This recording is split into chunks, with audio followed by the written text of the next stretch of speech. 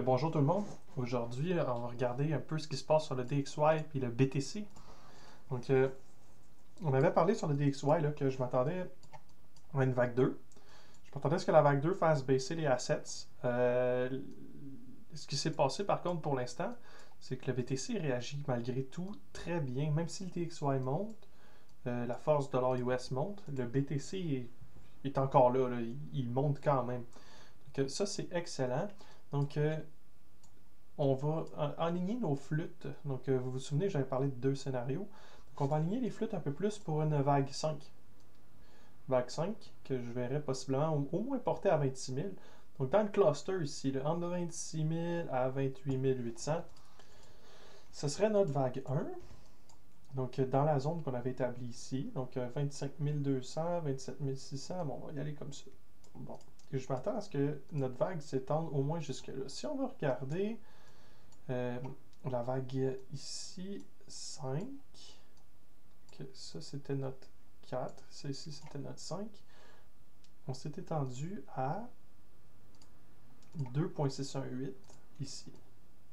Donc, normalement, si on est poursuivre quelque chose de semblable, on devrait au moins s'étendre, si notre vague ici est complétée, entre ici 26 000 et 29 000. Donc, on va rester à 27 000 pour l'instant, comme ça. Puis, supposons qu'on s'étend effectivement jusqu'à 27 000, on va s'attendre à ce que notre vague 2 corrige. Ça, c'est vague 1, qui serait comme ça. On va attendre à ce qu'elle corrige. On va s'attendre à ce qu'elle corrige au moins à 0.382. Mais idéalement, là, 0.618, c'est pas plus bas que ça. Les niveaux, au 0.618 par exemple, comme ça, 0.618 est ici autour de 20 000. 2, 3, 4, 5. Okay. Donc, est ici autour de 20 000. J'aimerais au moins voir un retest de 20 000. Je vous dirais que si on est pour continuer de monter comme ça, la vague 5 va s'atteindre quand même assez rapidement. Puis, j'aimerais que la baisse autour de 20 000 se fasse quand même assez rapidement, comme ça ici, pour qu'on retourne tester notre wedge, le haut de notre wedge. J'aimerais que la 2 forme le retest de notre wedge pour qu'on puisse parler d'un trend haussier, donc un revirement à ce niveau-là ici. Que si on a notre 1, notre 2 comme ça, puis qu'on a un revirement, on va dire sur le niveau ici pour le wedge, on va commencer à parler d'une vague 3 au moins à 36 000 ou 47 000. Après, correction, puis on pourra parler d'une hausse comme ça. Donc, idéalement, ce qu'on voudrait, c'est la fin de la hausse comme ça ici, là, la 5 à 160 000 dans le haut du canal. Mais ça pourrait être 5 vagues impulsives qui sont le début d'une 1, d'une 2, d'une 3, d'une 4, d'une 5 pour aller idéalement nous porter là, sur des niveaux comme ça. Ok. Donc, pour l'instant, c'est pas encore assez clair ce qui se passe avec BTC. Ce que j'aime par contre, c'est qu'on a l'air d'être en train de pousser 3 vagues. Okay? Donc, on a brisé le high ici. Donc, tant qu'on peut se maintenir comme ça, j'ai l'impression là, que on va pouvoir aller chercher des nouveaux highs puis former notre vague 5. Donc, pour l'instant, c'est le scénario privilégié selon ce qu'on a ici. Puis, je vais chercher à implanter un long sur la correction qu'on va avoir ici au niveau de la 2. Sur quel niveau de support ça va aller, j'ai aucune idée. Si on peut idéalement aller sur le niveau de support, là, comme je le disais ici, sur le trend, donc sur la ligne de tendance qu'on a ici, là, qui sert à faire la résistance qu'on a depuis un bout de temps, qu'on a finalement réussi à casser. Donc, si on peut aller la retester avant de partir, là, j'aimerais vraiment ça. Ça serait excellent comme mouvement, ça serait fort. On pourrait partir sur une base forte, Puis ça, quand ça casse, là, des wedges comme ça, là, ça casse assez violemment. Donc, on pourrait prendre ça comme ça ici, l'amener au point de breakout, qui serait ici, puis le target serait à 54 000 pour ce trade-là. OK. Donc, 54 000, c'est vraiment pas à exclure si, effectivement, on est en train de pousser une vague 5. Donc, c'est pas mal tout ce que j'avais à dire pour aujourd'hui. Le scénario baissier existe encore. Il est, par contre, actuellement moins probable.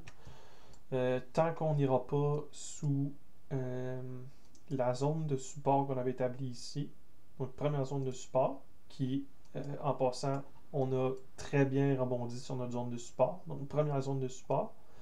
Deuxième zone de support. Donc, si première zone de support fail, j'aimerais avoir du support dans la deuxième zone. Si la deuxième zone de support ne réussit pas à tenir, prochain support 16 300. Donc, on va avoir une autre zone de support ici de 16 300 à le lot qui était là. Si on va en dessous de ça, c'est la débandade. Là. On va aller au moins tester les niveaux qui sont ici là, entre 14 000 et 13 000. Mais pour l'instant, on n'a toujours pas de signaux de confirmation qui nous pointent vers ce scénario-là. Le scénario haussier, ici en 5 vagues haussières, reste le scénario à privilégier. On pourrait possiblement avoir bottom, puis notre vague 5 pourrait être shallow comme ça. Pas shallow, mais vraiment comme timide comme ça.